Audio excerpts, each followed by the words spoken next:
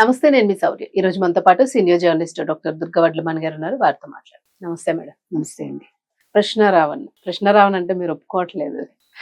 జలుబు తలనొప్పి ఒళ్ళు నొప్పుల నుంచి ఉపశమనం శాస్త్రీ బామ్. జలుబు తలనొప్పి ఒళ్ళు నొప్పుల నుండి ఉపశమనం శాస్త్రీ బామ్ ఇప్పుడు ₹5 ప్యాక్ లో కూడా. అంటే చెప్పండి. ప్రశ్నారావణ్గా ఆయన అరెస్ట్ అవ్వాలా. ఉమ్, బచ్చలకూరి జోసెఫ్ జోసెఫ్ చౌదరి అని చెప్పుకునేవాటి. వాళ్ళ ఆవిడ కూడా చౌదరి అన్నారు. బాగుంది మేడం. మనకి తెలియదు, కానీ ఇంతకీ వినండి. ప్రశ్నారావణ్ కానీ పోలీస్ స్టేషన్ లో అతని కులం దగ్గర ఎస్సీ మాదిగా అని రాశారు. అంటే నాకు ఆయన మాదిగా అయితే నాకు వచ్చి నష్టం ఎవరైనా మనకి నష్టం లేదు. ఏ కులం అక్కడ అయితే ఏం జరుగుతుంది అనేది మాట్లాడారు. అంతవరకు ఆయన వాక్యం చెప్పేవాడు. తర్వాత మత మార్పిళ్ళు చేయించేవాడు. మీరు ఇంకేదో స్త్రీల గురించి కూడా ఏవో చాలా వచ్చి ఆ వీడియోలు నిజమనే అంటున్నారు. అతనికి చాలా క్లోజ్ వాళ్ళే చెప్పారు అని. దాని వల్లనే సస్పెండ్ అయ్యాడు అది అనేవన్నీ ఎలిగేషన్స్ అయితే చాలా చాలా ఉన్నాయి. అయితే ఇక్కడ పవన్ కళ్యాణ్ ని తిట్టడం వల్ల ఒకటే కాదు అరెస్ట్ అవుతా. అతను హిడ్మా విషయంలో చేసిన వ్యాఖ్యలు, తర్వాత నక్సలిజాన్ని ప్రోత్సహించడం, ఒక హిడ్మా చనిపోతే 100 మంది హిడ్మాలు పుట్టుకొస్తారన్న మొత్తం 5,000 చిల్లర వీడియోస్ చూశారు పోలీసులు. అతను ఫస్ట్ టైం అనుకుంటా మేడం పోలీసులు అంత తరచు అంటే ఉపా పెట్టడం ఫస్ట్ టైం. ఒక యూట్యూబర్ అనే కాదు, ఆంధ్రప్రదేశ్ లోని. అండ్ అంటే ఇప్పుడు ఈ విషయాలకైతే పెట్టరు. అట్లాగా పోసాన్ని ఏం చేశారు, కేసులు పెట్టారు, తిప్పారు, వదిలేశారు. ఇది అట్లా కాదు కదా. అవును. సో ఇప్పుడు మరి పోసానే కనిపిస్తున్నాడు ఈ కేసుల్లో ఇలా అనిపిస్తూ సేమ్ అదే లేదు. పోసాని ఇట్లా రెచ్చిపోలేదు కదా. తర్వాత అరెస్ట్ చేశాక నన్ను వదిలేయండి అన్నాడు. ఇతను అలా కాదు, నేను ప్రశ్నిస్తాను, ప్రశ్నించే గొంతుకు ఆపలేరు, ఇంకా రెచ్చిపోతాను అన్నట్టుగానే మాట్లాడాడు. అయితే ఇప్పుడు దాని గురించి అతని మీద ఉండే ఎలిగేషన్స్ వల్ల, అతను చేసిన పనుల వల్ల, అతని వీడియోల వల్ల అరెస్ట్ అయ్యారు. సో అతని భార్య కూడా బయటకు వచ్చి మాట్లాడడం, అంటే ఆవిడ మాట్లాడలే, ఇక స్క్రిప్టే అర్థమైపోతుంది. అది వైసీపీ స్క్రిప్ట్ ఈజీగా తెలుసుకోవచ్చు, మనం ఈజీగా తెలుసుకోవచ్చు. ఒకే తరహాలో ఒకే పంధాలో ఉంటుంది.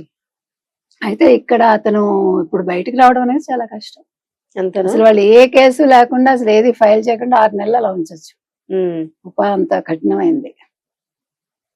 ఓకే, అది దేశద్రోహం కేసు కదా. సో ఇంకా జైలే గతి అన్నట్టు అనుకోవచ్చా, లేకపోతే ఇంకేమైనా స్కోప్ ఉంటుందా? చెప్పలేం, మనకు తెలియదు దాని మీద అంత డీటెయిల్డ్ గా. సాధారణంగా అయితే కష్టం.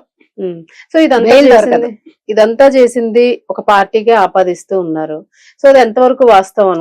పార్టీ ఏం చేస్తుందండి? ఇప్పుడు ఒకటి చెప్పండి, ఇవాళ అసలు ఆ బచ్చలకూరి జోసెఫ్ అని అతను ఇరుక్కోవటానికి ఒక జగన్మోహన్ రెడ్డి, ఓ ప్రకాష్ రాజు, వీళ్ళే కదా కారణం. అసలు ప్రకాష్ రాజ్ ఏంటి మేడం, ఇది పానకంలో పుడకలాగా అంటా ఉన్నారు. ఏంటి అసలు అతని వీడియోలు చూడండి, ఎంత కసి, ఎంత కోపం, అసలు ఎంత నటిస్తున్నాడు. మీరు చూసారు ఎంత మనిషికి ఎంత కోపం, ఇలాగ సప్రెస్ చేసుకుని మాట్లాడుతున్నాడు.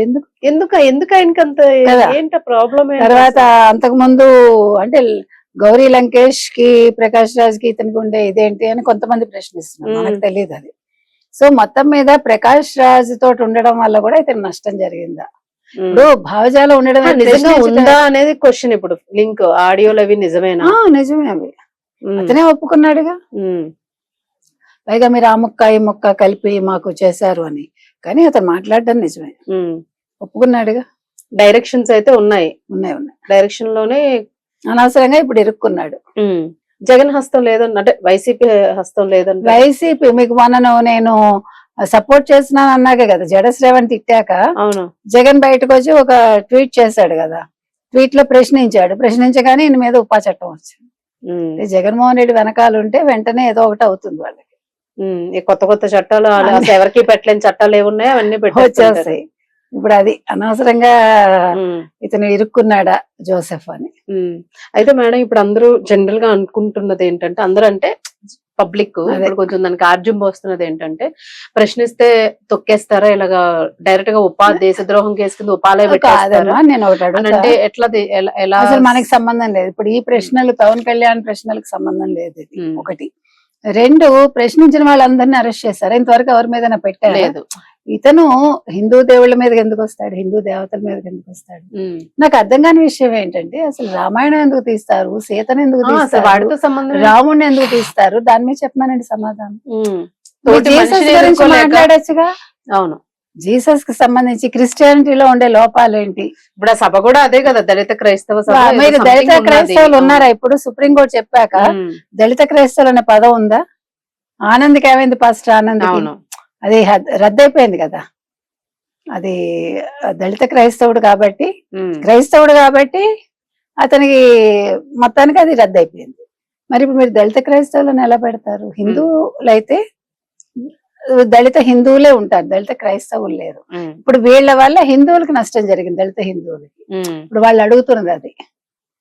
ఇది ఎప్పుడో అమలు చేయాల్సింది, ఇన్ని సంవత్సరాలు వీళ్ళు అనుభవించారు. అక్రమంగా అనుభవించటమేగా. అవును. మీరు మీకు బ్రిటిషర్స్ ఏం చెప్పారు? మీకు కులం ఉండదు, మీరు మా మతంలోకి వస్తే అన్నారు. అవును. వీళ్ళు కూడా అదే చెప్పి తీసుకొస్తున్నారు కదా.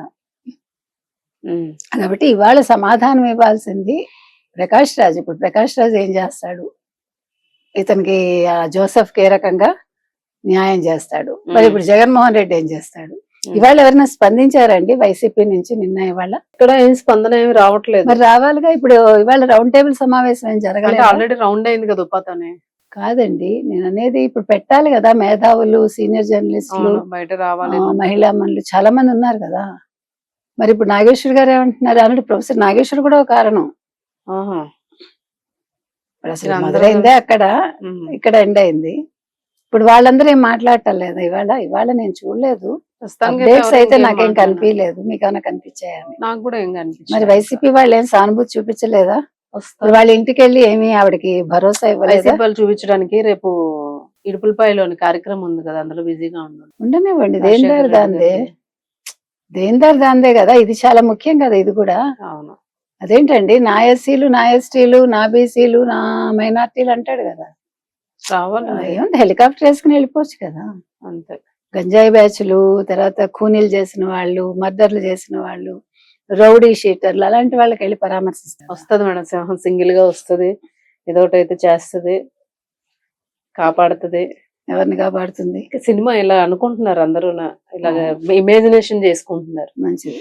సో ఏదైనా మాత్రం ఒకటి, ప్రశ్నిస్తే తొక్కేస్తారు అనేది కాదు, కానీ నోరు దగ్గర పెట్టుకొని, కొంచెం ఒళ్ళు దగ్గర పెట్టుకుని, నోరు అదుపులో పెట్టుకుని మీరు ప్రశ్నించారు. ఎవరైనా సరే. ఇప్పుడు పవన్ కళ్యాణ్ అది చెప్పాడు, ప్రశ్నించండి, తప్పులేదు, ఏదైనా ప్రశ్నించవచ్చు. కానీ మీరు అడిగే విధానంలో, మీరు అడిగే విషయాలను బట్టి, మీరు తిట్టే తిట్లను బట్టి ఉంటుంది.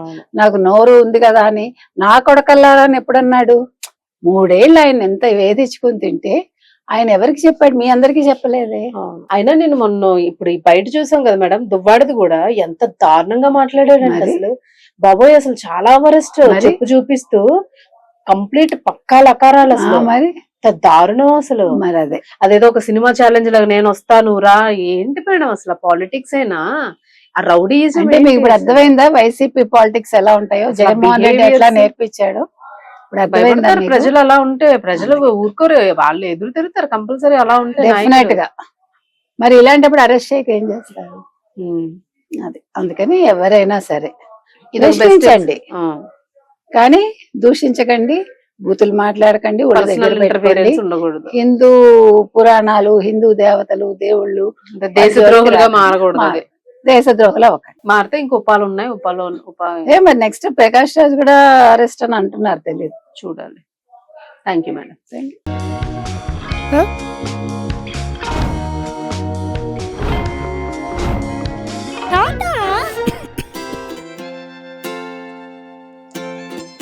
జలుబు, తలనొప్పి, నడుము నొప్పి, మోకాళ్ల నొప్పులు లాంటి లక్షణాల నుండి ఉపశమనానికి శాస్త్రిబా, ట్రస్టెడ్ బై మిలియన్స్ సిన్స్ 1992.